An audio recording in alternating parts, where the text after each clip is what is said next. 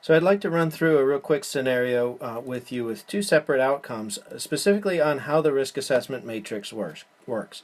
Our first example is going to be an aircraft landing gear system, and let's say for our scenario it's going to be a small aircraft, single engine, reciprocating aircraft with a retractable landing gear like a Piper Arrow. And for our scenario as well, we'll start with the landing gear system specifically being retractable gear but with no safety devices installed. Our first thing is the hazard statement. The hazard statement, let's say, is this. We could receive damage to the aircraft due to inadvertent gear retraction on the ground or after landing. In that statement, we have all three components of the hazard triangle, and now we need to assess the risk. So here are the severity categories found in MIL STD 882. We would expect the damage for our aircraft in this case to be marginal. Let's give it maybe a severity category of 3. Now in our severity category of 3, what we're saying is that the damage could result in one or more of the following. Injury, perhaps, maybe some illness, but monetary loss equal to or exceeding 100,000 but less than $1 million. So in our case, that's really about as high as we want to go. Remember that in severity, we're looking for the worst credible mishap. That's credible. It is possible to die from such an instance if a spark catches the wing on fire and an explosion ensues resulting from the gear retracting on the ground. But in this case, we're not looking to be melodramatic. We're looking for the worst credible scenario. So now we're going to move on to likelihood. In this case, we're using the probability levels that are found in MIL STD 882. And by the way, these are guidelines. They're not the definitions that are required in real life, but they are standard and used pretty much across the board. However, these definitions for probability and severity can be tweaked to your particular operation. However, in our class for the risk assessment project that's due next week, week 3, we will use these definitions so that we have consistency across the board. Now, with a retractable gear aircraft that we discussed with no safety systems, we would expect the probability of inadvertent gear retraction on the ground to be fairly high. Pilots might reach over to retract the flaps and retract the gear instead, or they move over to flip a switch and select the gear lever instead.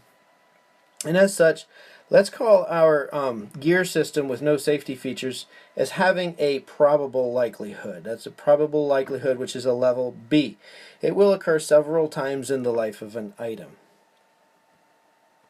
Now we move our severity and probability levels to the risk assessment matrix, and that we see then with even a marginal severity, our high probability results in a serious risk. And a serious risk needs to be mitigated. For illustration purposes, we'll mitigate this scenario in two separate ways. First, let's say we want to design out the hazard.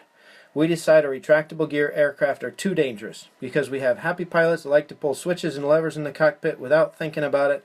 So we want to design out the hazard completely. That's easy. We get a fixed gear aircraft. The likelihood, if we have a fixed gear aircraft, the likelihood is eliminated. That is, it is incapable of occurrence, which makes sense. It's a fixed gear aircraft. We cannot inadvertently retract it on the ground. As such, severity is of no longer of interest. But notice what is said in the MIL Standard 882, that no amount of doctrine or training, warning or caution, no amount of mitigating properties can reduce the likelihood to category F, or the probability to category F. We cannot eliminate the hazard if it is still there. So the only way to move to probability F is to design out the hazard. That's the only way to do it. Okay, well, let's back up then, and let's say, however, that we desire a retractable gear aircraft. Our operational needs require a retractable gear aircraft due to the additional speed that we get, fuel savings for our flights, and as such, we must figure out other things to make sure that our pilots don't inadvertently retract the gear on the ground. And remember from previous PowerPoint presentations that there is an order of priority or a mitigation order of precedence to mitigate the hazard. And that is the bang for the buck, if you will, that you get. And it's the top four. It's design out the hazard. If that doesn't work, you can incorporate safety devices. If that doesn't work, warning devices. If that doesn't work, procedures and training. So safety devices, let's start with that. Squats, we talked about designing out the hazard. That is, get a fixed gear aircraft. In our case, not applicable, so let's move to number 2, incorporate safety devices. Incorporating safety devices, that's like a squat switch. Squat switch is located on the gear. It cuts out the current between the gear motor and the switch, the landing gear retract lever when the weight is on the wheels. So that safety device helps to mitigate the hazard of retracting the gear on the ground. We could also incorporate warning devices, and that's already done on retractable gear aircraft. Warning devices are warning lights and horns if the aircraft thinks it's on the ground or should be on the ground soon. And the gear's not down and locked, you'll have lights flashing, horns buzzing, and general nuisance items like that. Warning devices to tell us things are not right.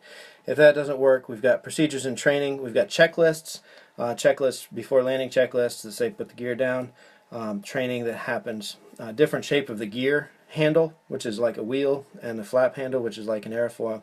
With all these risk mitigation strategies, now let's reassess the risk of damage to the aircraft due to inadvertent gear retraction on the ground. So with our squat switch, our gear warning lights and horns, and our procedures and training, let's reassess the risk. Notice that the severity remains the same. That will be the case for most occasions unless you're designing the crash to be more survivable, such as seatbelts, helmets, airbags, etc. But the severity level is still marginal, still would result in the same type of severity if the gear is inadvertently retracted on the ground. Probability, however, is a different story. It's greatly reduced, and that is because we have procedures and training, so the pilot should not try to retract the gear on the ground. If that doesn't work, and the pilot does try to retract the gear, we have warning devices, lights and horns that should blare and flash to alert them that they shouldn't do that. If that fails, there's a safety device, a squat switch, that should make it electronically or electrically impossible to retract the gear on the ground. If all that fails, we will still have an inadvertent gear retraction and damage, but the likelihood is a lot less now due to these risk mitigation strategies. So in this case, let's consider the probability to have reduced to remote. It's unlikely, but it's possible to occur in the life of an item. In fact, in real life, it does happen occasionally, not very often. You might even consider it improbable, which is category E. It's a tough call, but either one meets the same risk in the matrix. We have reduced the risk. Let's talk about that. Here's the risk matrix again. We still have marginal criticality. Still have marginal criticality. However, we have reduced the probability to remote or improbable, giving us a risk level of medium, which is a more acceptable level. This is the methodology that you will use for each of your 3 identified hazards for your risk matrix project that's due at the end of week 3. It should be a fun project. I hope that you enjoy it.